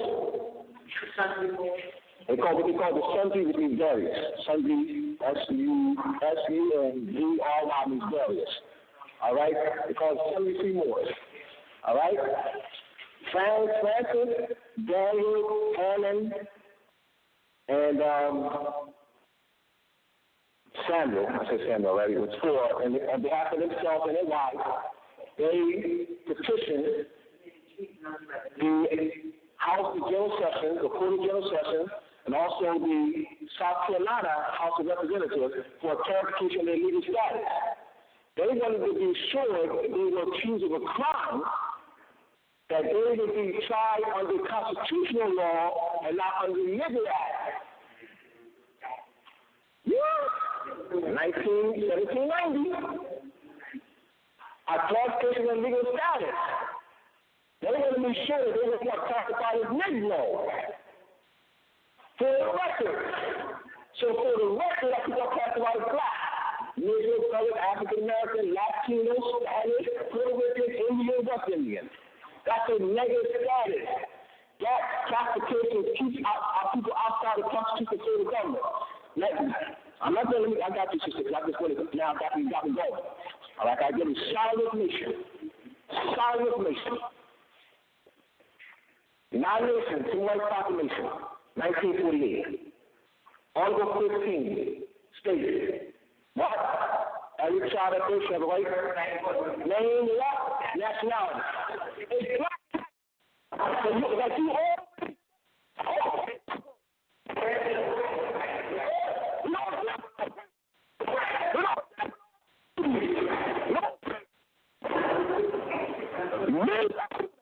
We're going to address millions of our people with that. Thank you. Thank you. Thank you. I will say, thank you, sister. She saved my butt. She saved my butt, bro. She saved my butt. You know what I'm about to say, right? She saved my butt. All right? With that. So this, logically, so they clarification in legal status. How do you want to line up people with what? Bring up people under what? International protection. Come on here, Asiatics. Or North America. And learn the truth about your nationality and birthright. You're not black, Negro, color, or Ethiopian. How do you link up your back to examination? You're not doing the paperwork.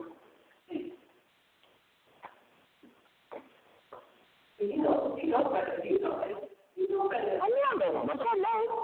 I told you I know. I told you I know. You know. You know for years.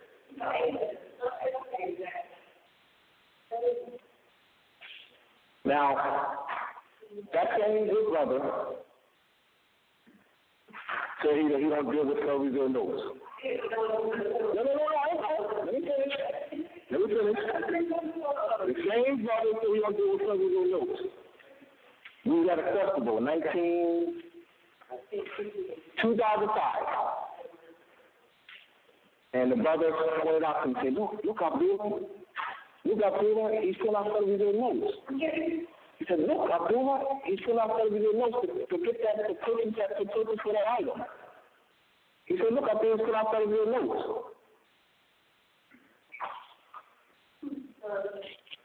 He told me, but he said, they were selling their notes. He said, they were gold and silver.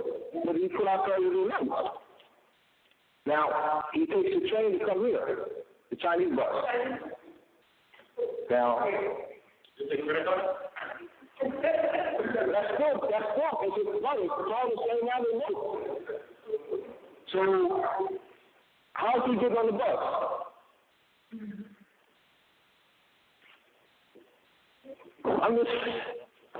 I didn't even put the brother out there, but I can't, he's saying this, I'm not adding. You bring it to my attention, I got to bust it. I can't say, well, I know the brother, that's my Blu-ray, I'm not going to guess that. I can't say that. I ain't going to say that. Because he's giving misinformation out. He's giving out misinformation. You know? We're under occupation. We're not controlling our government. We're not controlling your jobs. We're not writing policies. So how do you want to enforce that? No paperwork. How do you want to enforce no paperwork, no IDs?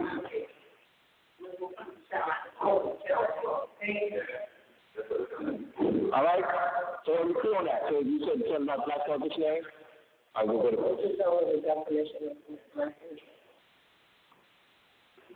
the etymology of black. And Black Card Dictionary? All right. Citizen you want me to go? All right.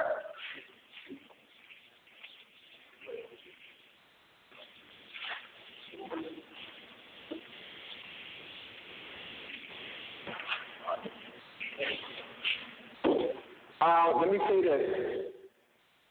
Let me make this. So we're going to give the definition of citizenship. So I'm going to give expansive information. What the United Nations is committing fraud. The United Nations is committing fraud. What the United Nations has done, what the United Nations is doing, what they're doing in the international community is interchanging the word nationality and the word citizen, all right, shift, as though they have the same meaning.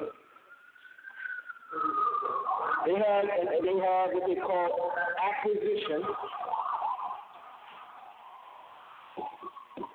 If you look it up, international law, acquisition of nationality. You can't acquire nationality. Why not? Why can't one acquire nationality? Well, it's inherited. So nationality comes about through a biological process. Citizenship comes about through what? Political.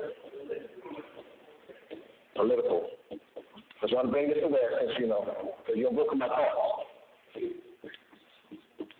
So what the United Nations is doing, community is doing, they're interchange the word nationality and citizenship. All right? Now, what's the motive of doing that? Article 15, Section 2 of the Human Rights 1938 United Nations Rights Proclamation is colored. It's fraud. Article 15, Section 2 of the 1938 United Nations Rights Proclamation is fraud. Look it up. I don't want somebody to read it.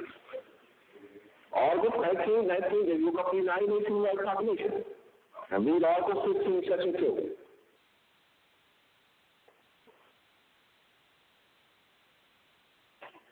Teach you how to read. You have it? Someone? Don't have it?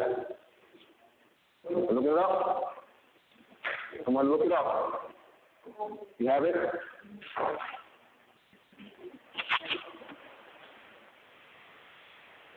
You have it?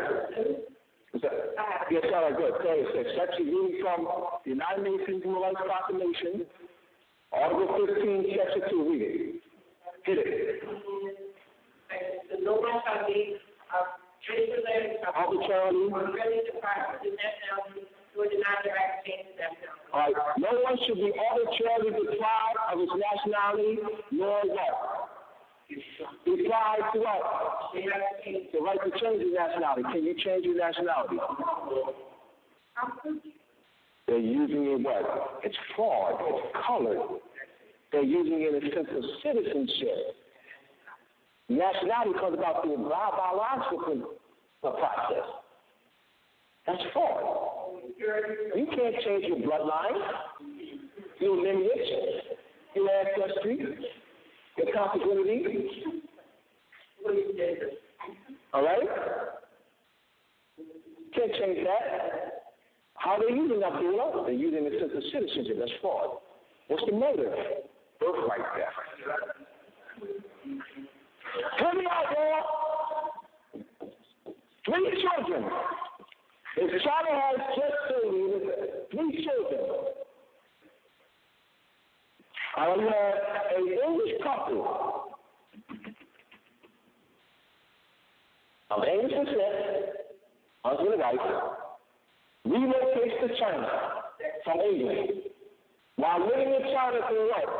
10 years, they have what? 3 children. Multinational children.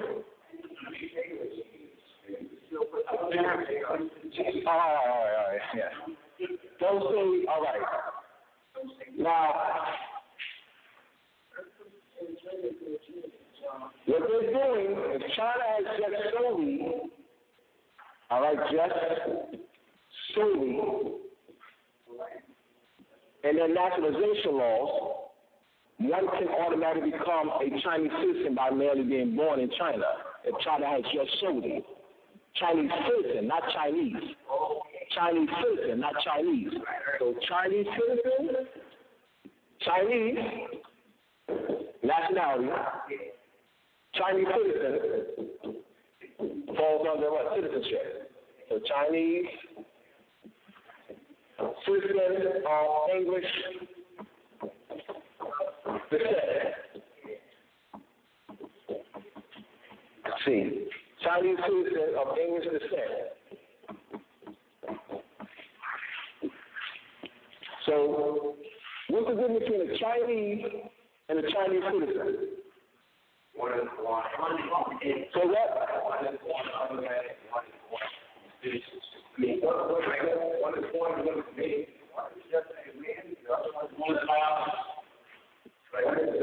Sanguinous, all right? Just one is just sanguinous, or all right, sanguine and one is political. So you said born though. You said born on the land. You said born on the land. So that's we got it because a lot of people say that.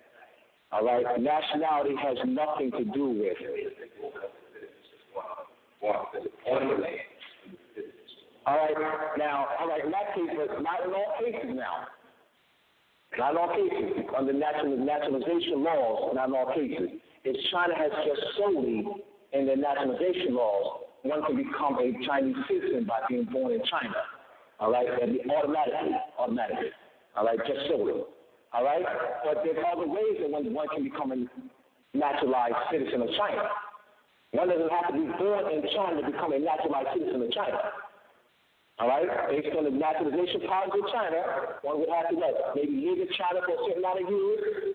So one doesn't have to necessarily be born in China to be the naturalized citizen of China. All right. All right. So now we're looking at. So we're going to talk about the difference between. I don't understand that, but I want us to be clear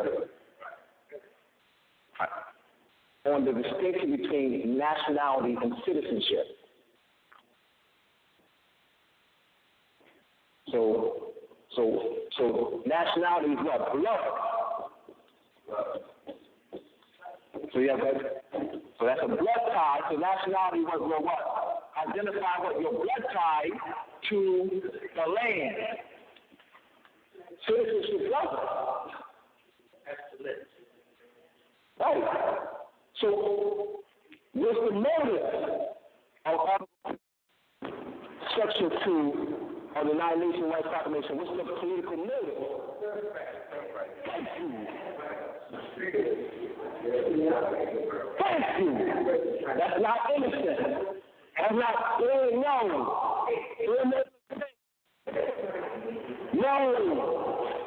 They do know. But they say you can be any nationality that you want. Can you? No. Why not?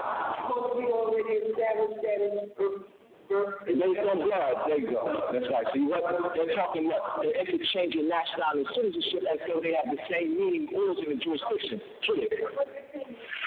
You're any nationality that you want. But I'm saying, it's rooted in fraud, though. Yeah, I get it. It's rooted, the whole concept is rooted in birthright death.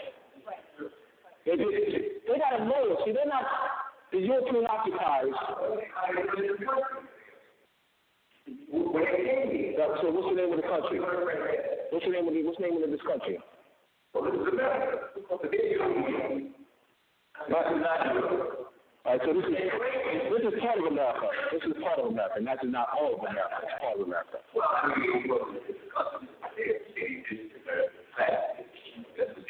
I'm asking you though. Yes.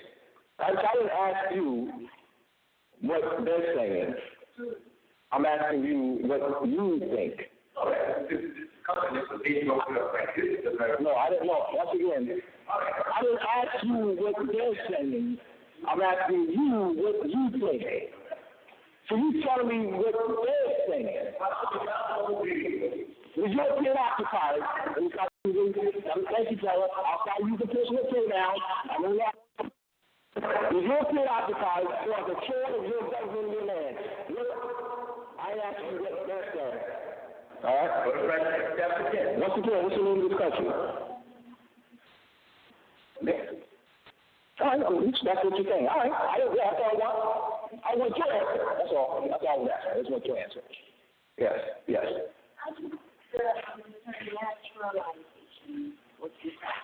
All right. Well, just solely falls under naturalization. All right? Naturalization, look. There we go. What topic is that? I'm just getting rolled up. Man. All right, here we go. All right, nationality. Naturalization. All right? Natural child. All right? I want her to listen because she can understand this. Natural child. Is this your natural child? All right? Natural child. It's nationalization. Natural child, national. All right? Adopted child. All right? So now, you adopt a child. So you adopt me. I'm 3 years old. Adopting a child. Not a child. Adopted child. All right? So, you know, I get the same food she gets. I mean, I got my own room. She got her own room. All right? You buying me clothes like you buying her clothes. All right? Now, who has rights to birthright? Thank you. Now you feeding me? Now you feeding her? You ain't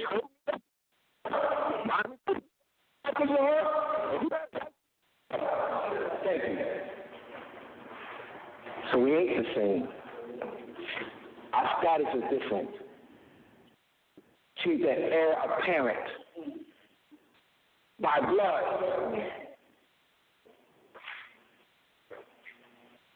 They what? Suppressing this principle. That's the motive. So they're suppressing the principle of blood to the land. So Hillary Clinton will say, Hillary Clinton and Donald Trump will say, I'm an American, I was born here. I'm an American, I was born here. I'm an American, I was born here. See? It's based on occupation, European occupation, European land theft, European colonization, suffocation. You got to be clear on that. This is not innocent now. So they're playing games in international law. But we don't. And we just told you, you cannot change your That's a that article is a slur. And because the white population is now fraud. And they're making based on jurisprudence of this fraud. So even though Obama was the first president to sign, it's still fraud. Everything is no, not 1948 in white population. No, 1948. That's the rights of indigenous people. That's the United Nations. All right. Are you aware that the English and American states adopted, and this June of 2015, that's June, the American Declaration on the rights of the indigenous people population? Organization of American States. Organization of American States in June of 2016 adopted the American Declaration, and they're not talking about the Europeans, all right? The American Declaration of the right to listen to the population. Look it up. June of this year. It took 17 years in the making. And I'm talking about United Nations. I'm not talking about United Nations right to do that Barack Obama signed. I'm not talking about that. I'm not talking about United Nations right to do the people that Barack Obama signed. I'm not talking about that. We're talking about 2016, the American Declaration of the right to indigenous people population. That's what I'm talking about. Guess what I'm doing? I'm writing a letter in my book, American or United States Citizen book. And I'm going to also put it, I'm writing a letter, an open letter to the English and American states. We posted it in my American United States Citizen book. I'm creating a new newspaper. I'm self-proud from the time of newspaper, but I'm going to create a new newspaper.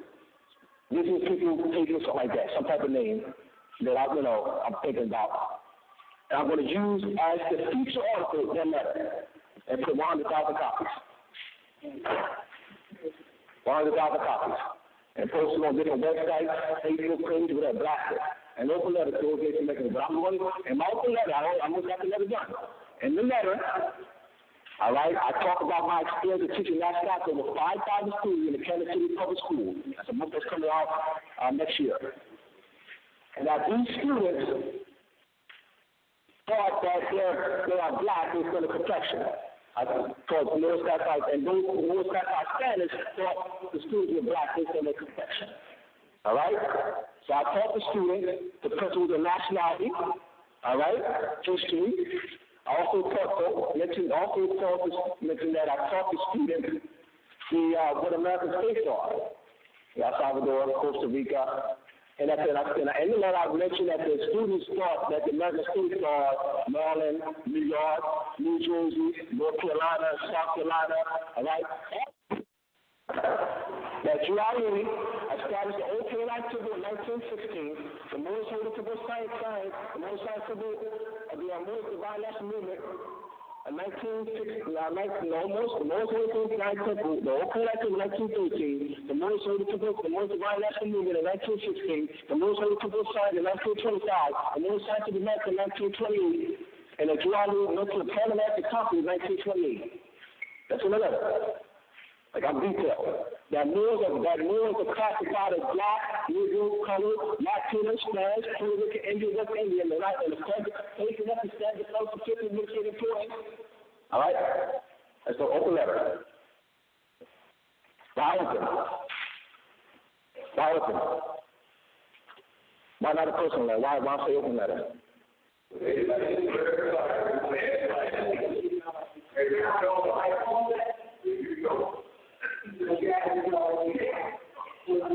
That's why we could change the animal. Yes. It's not 39, y'all. It's not 39. Any questions? Any questions?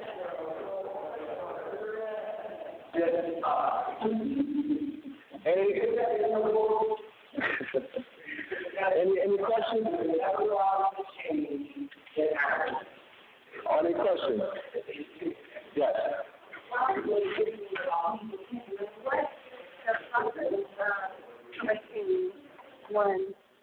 What is the process of correcting one status? Yes, go to RVBeypublications.com, RVBeypublications.com, and go to the document section. I was doing it a while, document section, and you pull off the Moorish Declaration, the Nationality Declaration paperwork. All right? Yeah, I've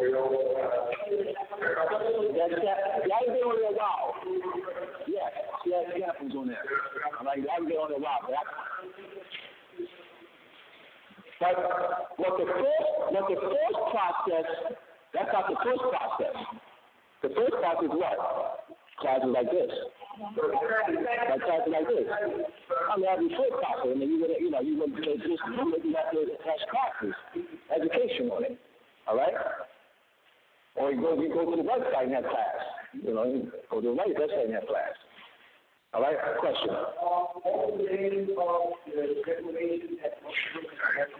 The American Declaration.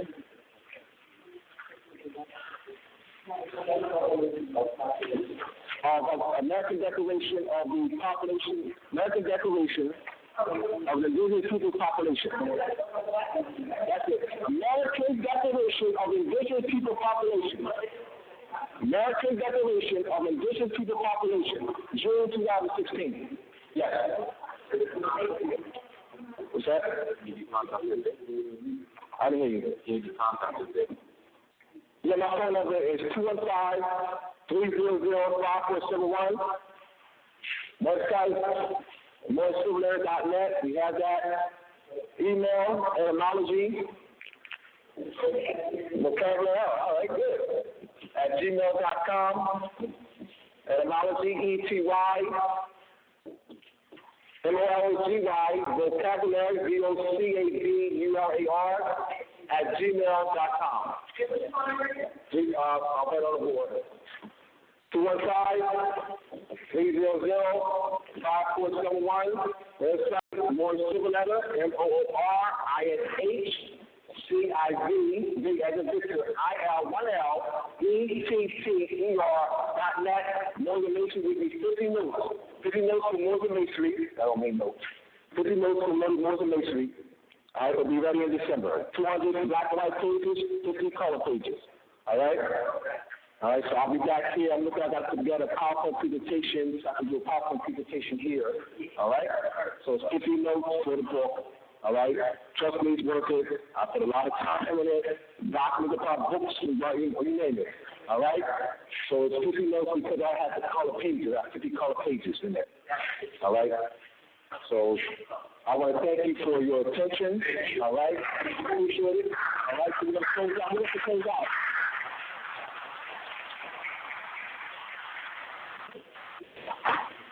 Who wants to close out for us?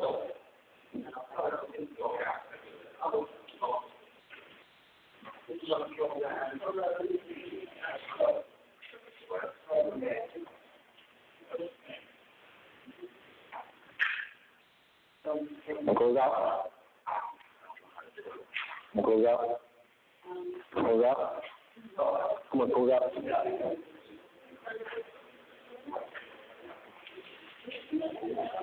So go for it.